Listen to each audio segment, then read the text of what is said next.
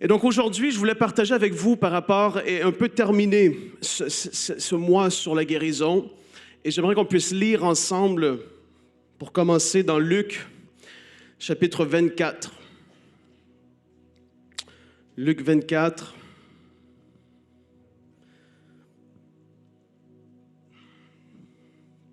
À partir du verset 1. Le premier jour de la semaine, elles se rendirent au sépulcre. Là, il y a eu la mort de Jésus. Ils l'ont amené dans le tombeau et puis on se retrouve à cet endroit. Je fais un petit récap très rapide. Le premier jour de la semaine, elles se rendirent au sépulcre de grand matin, portant les aromates qu'elles avaient préparés. Elles trouvèrent que la pierre avait été roulée et devant le sépulcre. Et étant entrées, elles ne trouvèrent pas le corps du Seigneur Jésus. Comme elles ne savaient que penser de cela, voici deux hommes leur apparurent en habits resplendissants. Saisies de frayeur, elles baissèrent le visage contre terre, mais ils leur dirent: « Pourquoi cherchez-vous parmi les morts celui qui est vivant? Il n'est point ici, mais il est ressuscité. » Dis-le avec moi, il est ressuscité. Il vit encore aujourd'hui. Alléluia! On ne sert pas un Jésus mort, mais un Jésus ressuscité d'entre les morts. La mort n'a pas pu le retenir. Le troisième jour, qu'est-ce qui s'est passé dans le tombeau? C'est la seule fois dans l'histoire de l'humanité où est-ce que, je vais le dire comme ça, personne ne priait pour lui. C'est juste arrivé comme ça. L'Esprit de Dieu s'est mouvé au-dessus de lui et puis pouf, il ressuscite d'entre les morts. Extraordinaire. Souvenez-vous de quelle manière il vous a parlé. Et là, c'est les deux hommes qui parlent encore aux femmes qui sont là. Souvenez-vous de quelle manière il vous a parlé lorsqu'il était encore en Galilée. Et qu'il disait: il faut que le Fils de l'homme soit livré entre les mains des pécheurs, qu'il soit crucifié et qu'il ressuscite le troisième jour. Et elle se souvint des paroles de Jésus au verset 9. À leur retour du sépulcre, elles annoncèrent toutes ces choses aux 11 et à tous les autres. Celles qui dirent ces choses aux apôtres étaient Marie de Magdala, Jeanne, Marie, mère de Jacques, et les autres qui étaient avec elle. Ils tinrent ces discours pour des rêveries, et ils ne crurent pas ces femmes. Mais Pierre se leva et courut au sépulcre. S'étant baissé, il ne vit que les linges qui étaient à terre, puis il s'en alla chez lui dans l'étonnement de ce qui était arrivé. Vous savez, ça, c'est comme ça que parfois, et je m'inclus, on peut être vis-à-vis d'une promesse de Dieu, vis-à-vis de la parole de Dieu, vis-à-vis de quelque chose que le Seigneur nous a annoncé, ou nous a peut-être même dit prophétiquement à travers d'un frère, d'une sœur, de quelqu'un qui apportait la parole, reçu une parole prophétique pour ta vie, et c'est comme tu as mis cette chose de côté, ou à la longue, tu es venu qu'à mépriser cette parole ou à même plus y croire tout simplement. Souvenez-vous des disciples qui étaient avec Jésus pendant 3 ans et demi. Entre 8 à 10 fois dans les évangiles, Jésus a dit aux disciples: « Il faut que je meure, mais le troisième jour, je vais ressusciter. Il faut que je meure, mais le troisième jour, je vais revenir à la vie. » Les femmes s'en vont là-bas après 3 jours et ils s'attendent qu'ils doivent même déplacer cette pierre qui était là, mais elles arrivent, la pierre est roulée. Et là, il y a 2 personnes qui apparaissent surnaturellement. Pourquoi est-ce que vous cherchez parmi les morts celui qui est vivant? Rappelez-vous de la parole que Jésus vous avait dit. Il avait dit qu'il allait ressusciter. Et quand tu vois comment les disciples ont réagi lorsqu'elles ont dit ce discours, et donc au verset 11, ils tinrent ces discours pour des rêveries. En voulant dire, les femmes sont revenues, les premières à annoncer le message de la résurrection de Jésus, aux 11 qui étaient là, qui ont marché, qui ont vu les miracles les plus extraordinaires de l'histoire de l'humanité jusqu'à cette période. Je veux dire, les gens qui étaient, Lazare qui est ressuscité, ils ont vu ces choses. Mais là, quand les femmes reviennent, S'il n'est pas là, le tombeau est vide. Et il y a 2 personnes qui nous ont parlé, qui nous ont dit que, voilà, pourquoi est-ce que vous cherchez parmi les morts celui qui est vivant? Et ils sont là. Ouais.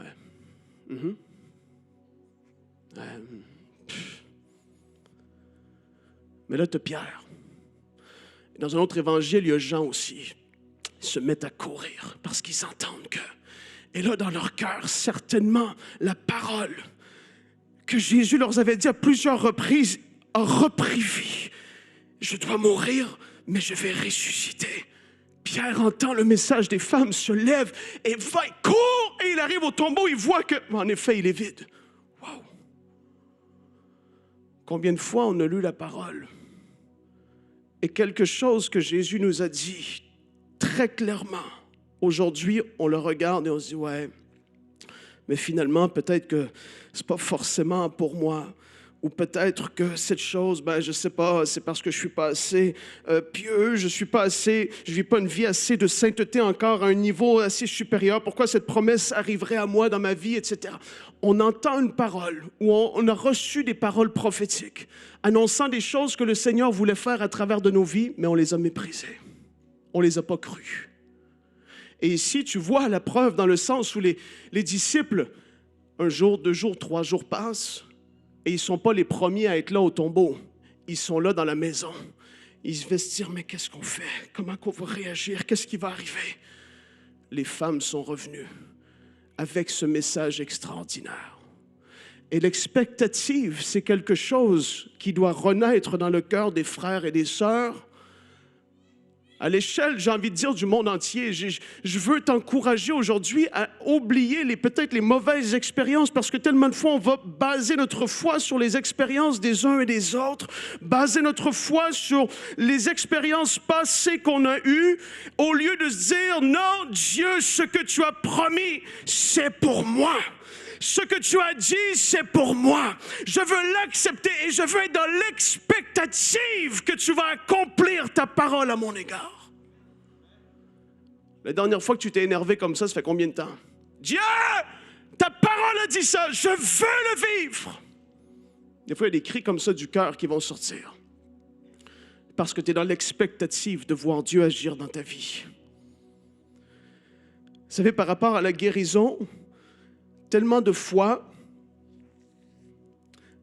et je vois à quel point l'expectative est quelque chose de fort, parce qu'on connaît intellectuellement la parole. On connaît les versets à dire. On sait quoi réciter. Mais quand tu viens, soit à l'église, quand tu vas à une réunion de guérison, quand tu vas à quelque part, est-ce que tu es dans l'expectative de vivre cette percée dans ta vie? Tu vois, je ne peux pas me répéter assez, je me parle à moi aussi. Je veux que l'expectative dans ma vie monte d'un cran. Quand je me prêche à moi-même. Je condamne personne aujourd'hui, je veux que l'expectative puisse monter à un autre niveau dans ta vie. Il y a cette femme, Madame McDougall. J'ai un vieux livre ici. Bon, Frank, avec ses vieilles affaires, ses vieilles histoires, ses vieux livres. Il y en a beaucoup qui aimeraient avoir ce vieux livre, hein, je vous le garantis. Il coûtait 95 sous, c'est écrit sur la couverture. Ça veut dire qu'il est vieux. Vous voyez à l'arrière du livre, ça, c'est Madame Catherine Kuhlman. Je vous ai parlé d'elle plusieurs fois. Et ça, c'est un livre que j'ai ressorti qui était dans ma bibliothèque. Je suis tombé dessus l'autre jour. J'ai dit, oh man, ça a l'air bon. Et en plus, il n'est pas long. Parce qu'il y en a qui aiment ça lire des livres pas longs ici, comme moi. C'est une brique de 300 pages. Tu oublies ça dès le début. Il faut vraiment que je persévère, en tout cas, que le Seigneur m'aide. Là, ici, c'est un livre qui s'appelle 10 000 milles pour un miracle. 10,000 miles for a miracle. Madame McDougall, pour les Français, Miss McDougall, pour les Anglais, est une Australienne qui avait un gros souci au niveau, j'espère que je dis bien, de la aorte. C'est ça? C'est ça. La aorte. Ça se dit ensemble. C'est pas décalé. OK, c'est bon. Elle avait un gros souci. Plusieurs fois, elle a fait des crises cardiaques. Elle ne pouvait pas se tenir debout pendant plus de quelques minutes avant qu'elle doive se reposer. Ça a duré 15, près de 20 ans. Les médecins, à cette époque-là, ne savaient pas quoi faire avec son cas à elle en particulier. Elle était jeune, elle était dans la trentaine. Le sang n'arrivait pas à circuler comme il le devait. Et elle avait 2 enfants, un mari qui l'aimait énormément. Ils avaient une belle vie tranquille en Australie. Et ce livre est le livre qui raconte son témoignage. Et même au-delà du témoignage, ça raconte quelle était l'atmosphère ou le climat dans les réunions de Mme Coleman qui se faisaient aux États-Unis à droite et à gauche. Et une fois par mois, elle allait à LA, Los Angeles, pour des réunions de puissance, une fois par mois, dans le Shrine Auditorium, un grand auditorium, des milliers de personnes pouvaient assister. Et je vais avancer les détails intéressants, malgré qu'ils sont intéressants pour l'histoire, mais je vais aller droit au but. Madame McDougall, pour elle, naturellement, il n'y avait plus d'espoir. Les médecins avaient dit on est arrivé au bout. Et elle avait 2 amis croyants qui étaient remplis de l'esprit. Elle avait connu la religion. La religion. Vous voyez ce que je veux dire? On va à l'église, mais il ne se passe rien. On va à l'église, mais il ne faut pas parler fort. On va à l'église, on récite des prières toutes apprises. Mais là, elle a un couple d'amis qui allaient dans une petite église remplie de l'esprit, qui croyaient dans la puissance de Dieu. Et elle entend parler des réunions de Mme Coleman qui était là, et elle se dit, si seulement je pouvais assister à une de ces réunions, si seulement je pouvais y aller. Et là, tu peux te dire à ta place, toi qui me suis ou toi qui es à la maison et qui regarde cette vidéo, mais pourquoi elle n'a pas dit si seulement dans sa maison, dans son salon, elle pouvait recevoir la guérison là où elle se trouvait? Parce que c'est comme ça qu'on est. Mais on n'a pas à comprendre tous les détails, ni comment et pourquoi les choses se font comme ça. Pourquoi est-ce que la femme atteint de la perte de sang? Elle s'était dit, si seulement je touche le bord de son vêtement. C'est à ce moment-là qu'elle allait recevoir ce qu'elle avait besoin. Pour elle, dans sa tête, c'était calculé comme ça. C'était pas alors que je marchais sur le chemin de terre vers où Jésus allait prêcher. Je dois le toucher, le bord de son vêtement. Alors, je vais être guéri. Pourquoi Dieu a parlé à Saul de Tarse alors qu'il était en route sur ce chemin? Pourquoi il ne l'a pas fait à sa maison avant qu'il parte? Parce que Dieu fait les choses comme ça parfois et on n'a pas à tout comprendre, tout saisir. Si tu le crois, dis Amen. Et là, le problème, c'est que Los Angeles, en 70-72, c'est l'autre côté de la Terre. Et on n'était pas rendu où est-ce qu'on est rendu aujourd'hui, mais au niveau des avions et tout ça. Mais elle se dit, je vais y aller parce qu'elle s'était dit, là où elle fait ses réunions habituellement, c'est tellement loin, mais si seulement elle viendrait à LA, puis elle ferait des réunions là, j'irais. Et son ami dit, mais bonne nouvelle. Dans quelques semaines, elle va être à Los Angeles, elle va être là, et elle fait une réunion. Elle s'est dit, waouh! Elle achète son billet d'avion. C'est ce niveau d'expectative-là que je te parle, en fait. Tu vois, des fois, ça demande que tu sois rendu au bout du rouleau. Je le dis tellement souvent, merci Seigneur pour les hôpitaux, les docteurs, les infirmières, toutes les choses qu'on peut avoir avec aujourd'hui, l'évolution de tous la médication et toutes les choses, comment ils ont évolué, mais des fois, tu es rendu au bout que là, il n'y a plus d'autre option. Et là, pour elle, c'était, je dois être à cette réunion. Longue histoire courte, elle se retrouve là, elle prend l'avion, elle atterrit, elle parle avec un monsieur qui organisait des voyages en autobus de tel endroit de la ville pour aller aux réunions, tellement qu'il y avait de personnes qui allaient tous les mois, c'était rempli. Et elle dit au monsieur, et elle parle avec, elle dit, monsieur, je voudrais prendre l'autobus, votre autobus, vous puissiez m'apporter là-bas parce que, vous savez, j'ai vraiment un souci de santé et tout ça. Le monsieur dit, mais c'est quoi votre accent? Ah, je viens de l'Australie. De l'Australie? Tu viens de l'Australie pour une réunion de Catherine Coleman? Wow! Je suis désolé, madame, moi c'est plein. Le monsieur est surpris, étonné de voir la dame qui se déplace aussi loin dans cette époque-là pour venir assister à une réunion. Elle se dit, ça ne dérange pas, je vais y aller. La réunion commence, les portes ouvrent à 13h, je vais arriver tôt. Tôt pour elle, c'était 5h45 le matin. Et à 5h45 le matin, il y avait déjà une foule. Ça, c'est l'expectative. Tu dis, mais pourquoi? Parce que c'est comme ça. Les personnes, pour eux, c'est comme ça que ça doit se passer. C'est là que ça doit se faire. C'est pas parce qu'ils sont là, regardez, elle, la femme de... Non, c'est juste qu'ils se disent, je vais être là et à ce moment-là, je sais que je vais... Tu sais que tu vas recevoir quelque chose à ce moment-là. Est-ce que ça peut être ailleurs? Oui. On le voit à EMC. Dans les maisons, les gens sont guéris. Le Seigneur les touche là où ils se trouvent. Mais même s'ils sont dans leur maison, il y a l'expectative. Il y a ce sentiment de « je vais me connecter à ce live. Je vais me connecter à cette chose. Ce soir-là, je crois que je vais obtenir ma percée. » Et elle est là, 5h45, elle voit des gens dans des fauteuils roulants. Elle commence à parler, elle dit « Wow, les Américains sont gentils. Je m'étais fait dire qu'ils étaient prétentieux, orgueilleux, centrés sur eux-mêmes. Et là, elle voit qu'il y a une ambiance, une atmosphère extra. Elle se fait des amis. Les portes à 13h ouvrent. Mais il y avait tellement de gens déjà qu'elle s'est retrouvée quand même sur le 2e balcon. Tu vois à quel point il y avait... Voilà, c'était là. Pendant la réunion, il commence à y avoir des chants. Et là, Mme Coleman arrive et elle dit... Elle parle simplement, et alors qu'elle parle, elle dit, il y a un policier ici qui va venir témoigner.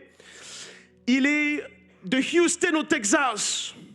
Il avait le cancer à plusieurs endroits dans son corps. Les médecins avaient abandonné, il n'y avait plus rien à faire. Mais il a vu qu'on faisait une réunion. Il était au Texas, il est venu à Los Angeles l'année dernière où il y avait 2 ans. Il est venu assister, le Seigneur l'a guéri et aujourd'hui, il veut témoigner publiquement de ce que le Seigneur a fait dans sa vie. C'est un capitaine de la police de la région de Houston au Texas.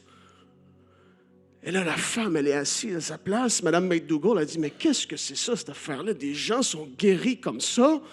C'est vrai, là, les médecins confirment, affirment que c'est vrai. C'est pas juste des paroles. Qu'est-ce que c'est? Et pendant que le monsieur est en train de témoigner, Mme Coleman dit, ici... Dans cette section, il y a un enfant qui est en train d'être guéri en ce moment. Et Mme McDougall, avant qu'elle rentre, elle avait vu ce même enfant qui était là, qui avait les membres tout crispés, tout pris, il ne pouvait pas marcher, il était dans sa chaise roulante. Et là, les gens, la foule, t'as entendu. L'enfant commence à marcher, il se lève. Sa maman prend sa chaise roulante, elle commence à pousser la chaise roulante, et le garçon, il s'en va et il marchait, la foule, ça l'a parti, ça l'a éclaté. Il y avait l'expectative qui était là. Et donc, elle fait la réunion. Eh bien, pour elle, il ne se passe rien. Elle dit à son fils avec qui elle était venue, il faut revivre ça. On va attendre le mois. On va se trouver un petit endroit à rester pour tout le mois. Mais on doit revenir à la prochaine réunion. L'expectative. Oh, Jesus.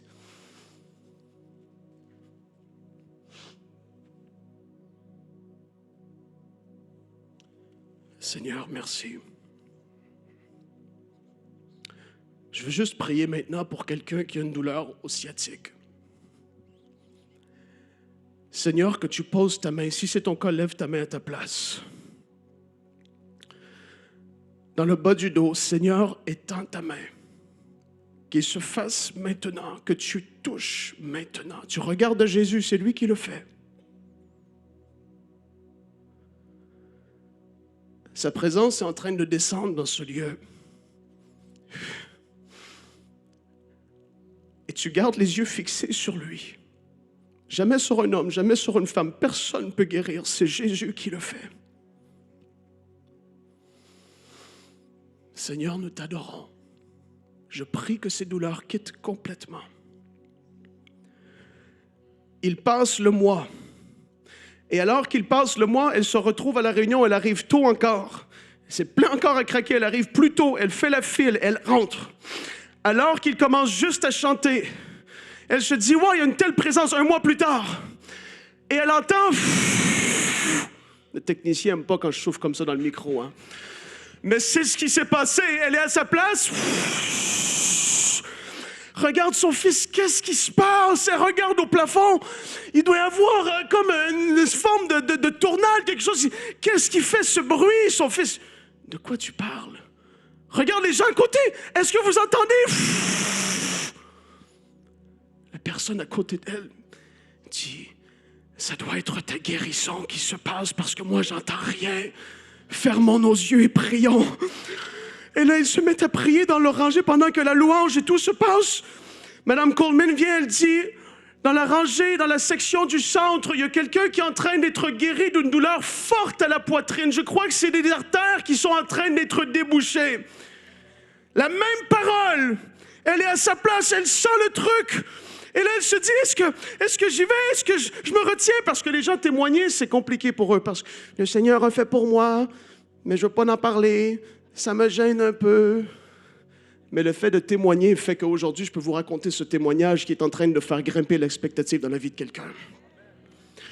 Quand Jésus faisait des miracles, les gens parlaient dans les villes, l'expectative grimpait. Parce que Jésus-Christ de Nazareth venait dans notre village ce soir. Oh, les gens venaient! Et ça dit que devant la maison, il n'y avait plus d'espace, tellement que c'était rempli. Les gens étaient là, ils voulaient le voir, l'entendre, parce que c'était lui qui le faisait.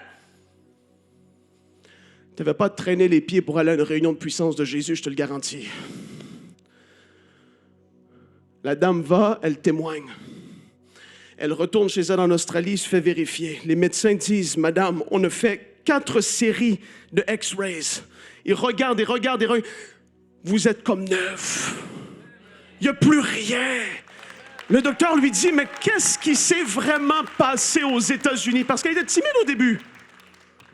Qu'est-ce qui s'est vraiment passé aux États-Unis? Vous savez, docteur, là elle l'a dit. J'ai cru que Dieu pouvait me guérir. Ah ouais, elle témoigne, elle témoigne. Et c'est pour ça qu'ils ont fait ce livre, parce qu'il y a tellement eu, ils en ont sorti tellement. Il y a tellement eu de guérisons que le Seigneur a opéré, qu'il voulait témoigner de la grandeur de Dieu. Vous savez, quand le petit garçon est arrivé avec sa chaise roulante dans la première réunion, Mme Coleman a dit, « Tu entends les personnes qui acclament? Ils ne t'acclament pas toi. Ils n'acclament pas moi, ils acclament Jésus. » C'est l'attitude à avoir. Parce que les gens ne venaient pas là et elle le disait toujours, « Je n'ai jamais guéri une personne de toute ma vie. Ne regardez surtout pas à moi. » Parce qu'elle savait que c'était un piège. Tu mets ta confiance en Jésus tout le temps. Et on va le prêcher jusqu'au retour de Jésus. C'est lui qui délivre, c'est lui qui sauve, c'est lui qui guérit, c'est lui qui baptise du Saint-Esprit. C'est lui qui revient bientôt. Alors que je préparais le message ce matin, je me suis dit, je vais demander au frère, et je pensais qu'il allait être ici ce matin, mais il n'était pas là. Et donc, pendant la louange, je suis sorti tout à l'heure. Et il m'a fait un vocal. J'ai tellement d'autres histoires à vous raconter. Le Seigneur est tellement bon. Et je lui ai dit, est-ce que tu peux me faire un vocal? Je vais le faire jouer à l'église. Comme ça, les gens vont pouvoir entendre que, même des gens dans l'église ici, le Seigneur touche et guérit. Des fois, on fait des appels dans le groupe WhatsApp. Envoyez-nous vos témoignages. Les gens sont venus me voir après des réunions. Ah, telle parole prophétique a été donnée ce jour-là. Oh, je me suis mis à pleurer. Et la semaine même, fouf, des choses ont débloqué. Les affaires se sont passées. Ouais, le Seigneur agit. Quand on fait ce qu'on fait, quand on est ouvert à l'action de son esprit, quand quelqu'un crie à Dieu alors qu'on est dans leur grand rassemblement comme ça, le Seigneur parle, le Seigneur agit avec force. Et là, ça, c'est l'histoire d'un frère qui avait une douleur à la dent. Mais il vous raconte l'histoire rapidement. Je prends le temps. Mais aujourd'hui, je veux que tu puisses augmenter le niveau d'expectative dans ta vie. Il s'appelle Bastien. Normalement, il est là. Avec notre frère Phil et Rébé. Là, Phil, il me filme en ce moment parce que je parle de lui. Je vous laisse écouter. Salut Franck. Ah non, moi je suis à x2. Attendez, sur WhatsApp, j'écoute à x2. Te faire un petit message, un petit témoignage rapide de le miracle que j'ai vécu. sur ma dent. Dans le fond, j'étais aux 24 heures de louange de Jean-Jean. Et c'est ça, j'étais là-bas. Et à un moment donné, ça a été ton tour. Et tu nous as prêché un beau message sur la guérison. Et ensuite, tu étais rempli du Saint-Esprit. Tu as commencé à avoir des paroles de connaissance, faire un appel avec des maladies, des douleurs spécifiques que des gens avaient dans la salle. Et donc moi, j'étais comme, OK, Seigneur, je suis là, j'ai mal aux dents. En fait, moi, j'avais un traitement de canal très infecté au niveau de ma dent de sagesse, en haut à droite. J'étais là, j'étais comme Seigneur et tout. Aujourd'hui, je veux être guéri et tout. Ça faisait 3 mois, je buvais plus de coke, je mangeais plus trop sucré, que je faisais attention parce que dès que je mangeais sucré, j'avais mal à la dent. Et il y en avait pour $2500. Le dentiste, il me réclamait $2500. C'est une somme d'argent que je n'avais pas. Et donc, tu as commencé un premier appel. Tu as dit, je sens qu'il y a quelqu'un là qui a mal au dos. Et moi, j'étais tout de suite dans ma tête. Je suis rentré dans le jugement. J'ai dit, Seigneur, comment le mal de dos? C'est trop facile. Quel vieux n'a pas mal au dos? Nanana. Et là, je me dis, Seigneur, il faut qu'ils disent... je l'ai dit mot pour mot, Seigneur, il faut qu'ils disent moi, ma dent, nanani, nanana. Ça, il faut qu'ils disent, je vais être guéri. Et tu as fait après 4-5 appels. Et le dernier appel, mot pour mot, je me rappelle très bien, tu as mentionné le traitement de canal, l'infection, la dent en haut à droite, la dent de sagesse. Tu as tout mentionné, tout ce que j'avais demandé à Dieu 30 secondes avant. Alors je me suis avancé, tu as prié pour moi. À peine la prière elle a commencé, j'ai senti le Saint-Esprit me traverser. Il était là, il était entre nous deux. Et j'ai tout de suite senti dans ma bouche qu'il se passait quelque chose. Tout de suite, j'ai senti comme un vent passer dans ma bouche. Et je savais que j'étais en train d'être guéri. C'était trop beau. Et vraiment, gloire à Dieu. Et tout de suite, qu'est-ce que j'ai fait? Quand on a terminé la prière, amen, ça a duré quoi, 45 secondes. Boum, j'ai senti que j'étais guéri. Au lieu d'aller m'asseoir à ma place, je suis allé dans le hall. Ils vendaient des cafés, des biscuits. J'ai pris un biscuit au caramel pour tester, manger tout de suite sur le côté de la dent. J'avais mal, j'avais aucune douleur. Par la suite, je suis allé au dentiste, peut-être une semaine après. Là, j'ai mis pause, il faut attendre la suite. Attends un peu. Et ils m'ont... Miracle. Le dentiste, même lui, n'en revient pas. Miracle. La dent, elle n'a plus d'infection, plus de traitement de canal. Moi, j'ai plus mal. J'ai pas besoin de faire le traitement de canal. J'économise 2500 pièces. Ça, c'est la grâce de Dieu, vraiment. Dieu, il rigole pas quand il dit qu'il guérit les malades. Il guérit les malades. Même les douleurs de dents. Nous, on se limite. On dit on va aller au dentiste. Ta. C'est bien d'aller au dentiste. Mais là, je pouvais pas payer $2500. C'était impossible pour moi. Ma solution, je l'ai mis sur Jésus. Il m'a guéri de cette dent-là. Et jusqu'à aujourd'hui, je mange du sucre sur cette dent-là. J'en prends soin. Je me brosse les dents, j'en prends soin. Mais jusqu'à aujourd'hui, je sais que j'ai vécu un miracle dentaire. Et... Merci Seigneur. Bon, ça c'est... Pour lui, ça s'est passé comme ça. La sœur McDougall, avant qu'elle reçoive sa percée, après la première réunion, avant la deuxième où elle a été entièrement guérie au niveau du cœur, elle a assisté à la première et elle avait des rougeurs partout sur son corps depuis des années. Très compliqué. Sa peau, c'était très compliqué. Quelques jours après la première réunion, elle est dans le petit endroit où ils avaient resté jusqu'à la deuxième et son fils vient la voir et dit « Maman, où sont tes rougeurs sur tes mains? » Elle dit « Mais c'est vrai. » Elle va dans la salle de bain, elle regarde, elle dit « Plus aucune rougeur. » Ça, c'est pour te faire comprendre que pour une personne, c'est comme ça, mais pour l'autre, ça va être comme ça. Tu peux venir à une réunion et la chose n'a pas été dite ou on n'a pas prié pour toi. Mais tu repars et alors que tu repars, 2 jours, 3 jours après, tu vis la percée. Pourquoi est-ce que c'est comme ça? Je n'ai pas la réponse. Moi, ce qui m'importe, c'est le résultat. Alléluia! Je me rappelle d'une sœur, quand j'étais allé en Martinique, elle avait eu un passé compliqué. Elle avait reçu vraiment une délivrance dans sa vie et les gens pensaient que c'était terminé. Et pendant la réunion, je suis en train de prêcher comme je fais là. Je ne suis même pas en train de prier pour les gens. Elle est à sa place, elle se met à crier à sa place. peut-être 15, 20 rangées vers le fond. Ah! Ah bon. On prie pour elle. Visiblement, c'est comme pas fini. Mais il y avait d'autres gens, ça commençait là, dans la salle à bouger. Et là, j'ai pas voulu m'attarder trop et je vais vers l'autre personne. Et le lendemain, la dame, elle a dit, pasteur, elle a parlé à son pasteur parce qu'elle servait dans l'église. C'est une femme qui aime le Seigneur et qui sert beaucoup et qui est tout entier pour lui et tout.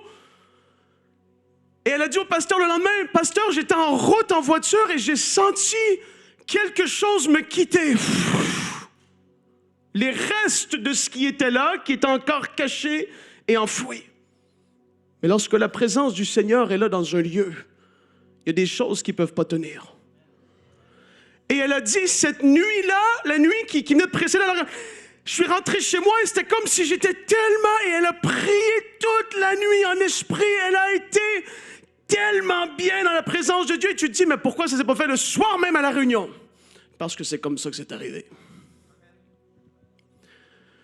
Donc alors que je suis là et que je parle tout à l'heure, je suis saisi, je suis touché. C'est comme ça que le Seigneur, c'est une des façons qu'il fonctionne avec moi. Je sens que là, il veut faire de quoi? Je libère la parole. Il y a des gens qui vont tester tout à l'heure, alors que tu vas être en route vers chez toi, il y en a d'autres que ça va être demain matin, je crois, possiblement que tu vas te lever, il n'y a plus de douleur. Waouh, qu'est-ce qui s'est passé? Le Seigneur a agi. Ne limite pas le Seigneur en le mettant dans une boîte que ça doit être lorsque tel pasteur prêche, il va appeler les gens en avant et alors qu'il va être... Je vais tomber et alors que je tombe, c'est là que je vais être guéri. Non. Tombe pas là-dedans, c'est un piège. Tu viens de limiter l'action de Dieu, de ce qu'il pourrait faire dans ta vie à un petit rectangle, une boîte tout carrée comme ça, alors qu'il fait au-delà de ce qu'on peut penser et imaginer. J'ai reçu 2 guérisons fortes dans ma vie, instantanées. Une, j'avais les 2 pieds brisés, j'avais des plâtres, j'étais dans une chaise roulante. Cette fois-là, c'était un invité de New York. Moi, j'étais au fond de la salle, c'était des réunions spéciales, mon père le traduisait. Et l'invité a dit « Come forward !» en anglais. Et là, quand tu as à peu près 13 ans, ça ne te tente pas, tu es dans ta chaise roulante, tu te mêles de tes affaires en arrière. Tu n'as pas envie d'être devant tout le monde qui est là en assistance. 300-400 personnes à cette réunion spéciale-là. Je viens en avant. Il pose ses mains. In the name of Jesus! Cette fois-là, c'était comme ça pour moi. Moi, j'étais sur ma chaise roulante. Tu sens, tu commences à pleurer. Mon père, il dit, qu'est-ce qui se passe? C'est chaud. Lui, il dit, get up, walk! Moi, je dis, le docteur a dit, je ne peux pas marcher, pas. Qu'est-ce que je fais? Mon père, il dit, ça chauffe? Oui, je sens que ça chauffe, ça picote. Lève-toi! Il comprenait ce qui se passait, là. J'ai commencé à marcher. On est allé chez le docteur la semaine d'après. On fait vérifier. Et faites-vous vérifier après avoir reçu la prière. Confirmer, c'est encore plus fort, surtout pour ceux qui ne connaissent pas le Seigneur. C'est véritablement un signe qui pointe à la grandeur de Dieu. L'autre fois, j'étais assis dans un endroit, même pas personne n'a prié pour moi. Une chaleur est descendue dans mon dos. J'arrivais plus à dormir sur mon matelas. J'avais 17 ans. Je prenais 2 anti-inflammatoires 500 mg par jour. En une réunion, c'est entièrement parti. Parce que le don du Saint-Esprit, le don des guérisons est en opération ce matin-là. J'avais pensé parler sur les différentes façons que le Seigneur guérit, mais je n'ai pas envie. Je crois qu'on est dans le flow ce matin. Et ce sera pour une prochaine fois. Mais l'expectative doit continuer d'augmenter dans nos vies. Cette semaine, mon expectative, elle a encore augmenté d'un cran. Alors que je parlais avec Pierre-Marc. Tu veux venir, Pierre-Marc? L'évangéliste Pierre-Marc, est-ce que vous le connaissez ici? Il vient à l'église avec son épouse. Ils sont assez discrets à leur place, mais c'est un évangéliste que le Seigneur utilise puissamment dans les nations. Et il est revenu de la Côte d'Ivoire la semaine dernière. Et non seulement en Côte d'Ivoire, ou à d'autres endroits où est-ce qu'il va, mais dans des réunions ici au Québec, dans des églises qui sont dans des régions, le Seigneur agit avec force par des guérisons extraordinaires. Et alors qu'il me racontait ça cette semaine, même moi, je suis reparti chez nous, j'y pensais le soir. Hier, il m'a envoyé une vidéo me montrant les gens qui sortaient des chaises roulantes. Je me disais, mais wow, faut augmenter l'expectative. Dis avec moi, augmente ton expectative. Seigneur, merci. Je te laisse raconter, Pierre-Marc, qu'est-ce qui s'est passé en Côte d'Ivoire quand tu étais là la semaine dernière. Ah, ben rapidement, je vais faire ça bref. Je viens tout juste de revenir. Mais oui, on était à Abidjan, en Côte d'Ivoire. J'ai été invité là-bas pour des pré-rencontres pour préparer une croisade en 2025.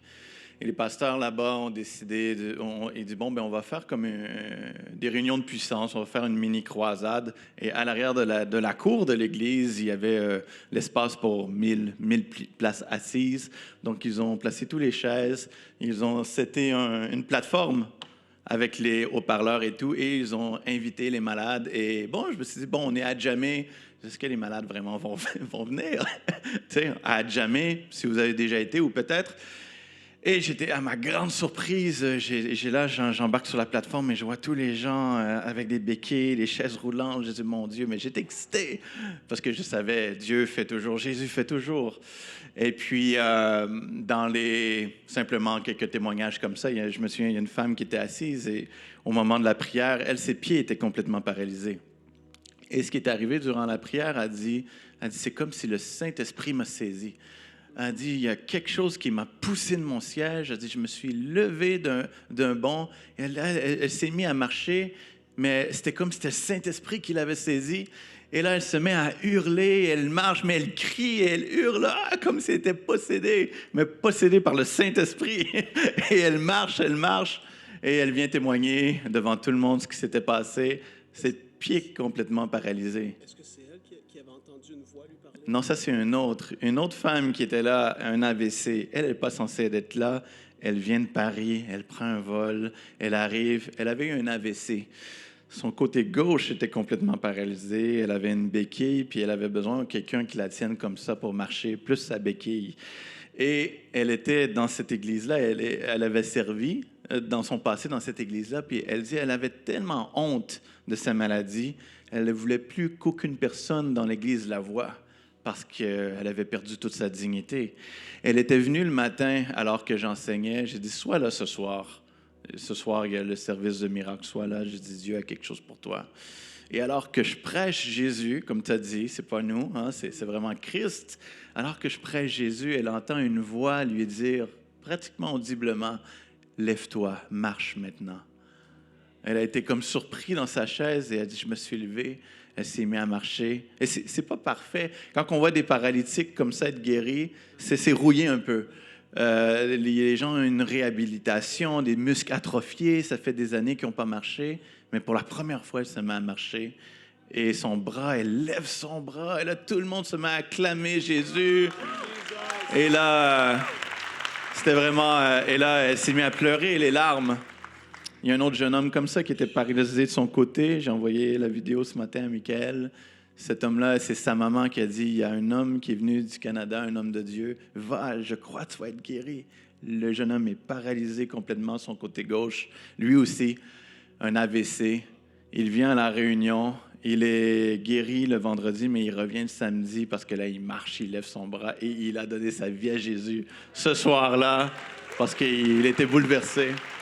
C'est juste un exemple, mais oui, la foi, l'expectative. Amen. Merci Pierre-Marc, merci beaucoup. C'était pas prévu, je l'ai juste pointé du doigt comme ça. Parce que tu vois que Jésus s'en fait dans les petites choses, mais dans les plus grandes. Et dans les petites choses, comme un traitement de canal, mais pour lui, c'était compliqué financièrement. T'as le côté que ça fait mal, t'as pas envie, mais en plus, t'as les finances. Dans les petites choses, Dieu fait des grands miracles. Et peut-être dans ta vie, c'est quelque chose qui t'amène pas à la mort, mais tu te dis... J'aimerais tellement que cette chose dégage de ma vie. Je suis tanné. Ça fait 15 ans, 18 ans, 25 ans que je vis avec ça. Aujourd'hui, augmente le niveau d'expectative. Je veux vous encourager à venir dans 3 semaines. Le cœur rempli de foi. Je ne sais pas qu'est-ce que le Seigneur va faire parce que c'est lui qui le fait. Quand je vais dans des églises à droite à gauche, je dis toujours, je ne sais pas ce que le Seigneur va faire, mais je m'attends à des belles et de grandes choses. Je ne sais pas qu'est-ce qui va pointer du doigt en voulant dire des paroles de connaissance précises et d'autres pas. Je ne sais pas, mais je sais qu'il va agir. Et je sais que dans le cœur de beaucoup de gens, il y a quelque chose qui se passe lorsqu'on voit le Seigneur agir avec force et avec grâce. Et Seigneur, alors que ce matin on a partagé, simplement, je veux te remercier pour ton peuple qui est là. Pour ce que tu t'apprêtes à faire. Je sais que toutes sortes de conditions dans cette salle, des choses que je ne peux pas imaginer. Mais par ton esprit, tu es là et tu es à l'œuvre. Et je veux prier que l'expectative augmente, la foi augmente pour de grands miracles. Je prie que la foi augmente dans notre église locale pour voir des miracles extraordinaires et forts et glorieux et puissants. Qu'en tant que peuple, on soit dans l'expectative. Et Seigneur, je veux te remercier parce que tu connais les soucis, les difficultés que mes frères et mes sœurs vivent. Et je veux prier maintenant. Je veux prier maintenant pour une personne que même les 2 bras peuvent devenir engourdis. Je ne sais pas pourquoi ça se fait, mais je prie maintenant. Et si c'est ton cas, à ta place, lève ta main. Je veux la voir. On peut juste garder les yeux fermés. Je ne veux pas prendre beaucoup de temps aujourd'hui. On va prier dans les semaines qui vont venir et lors de cette journée. Mais si on peut juste prendre un petit temps ensemble.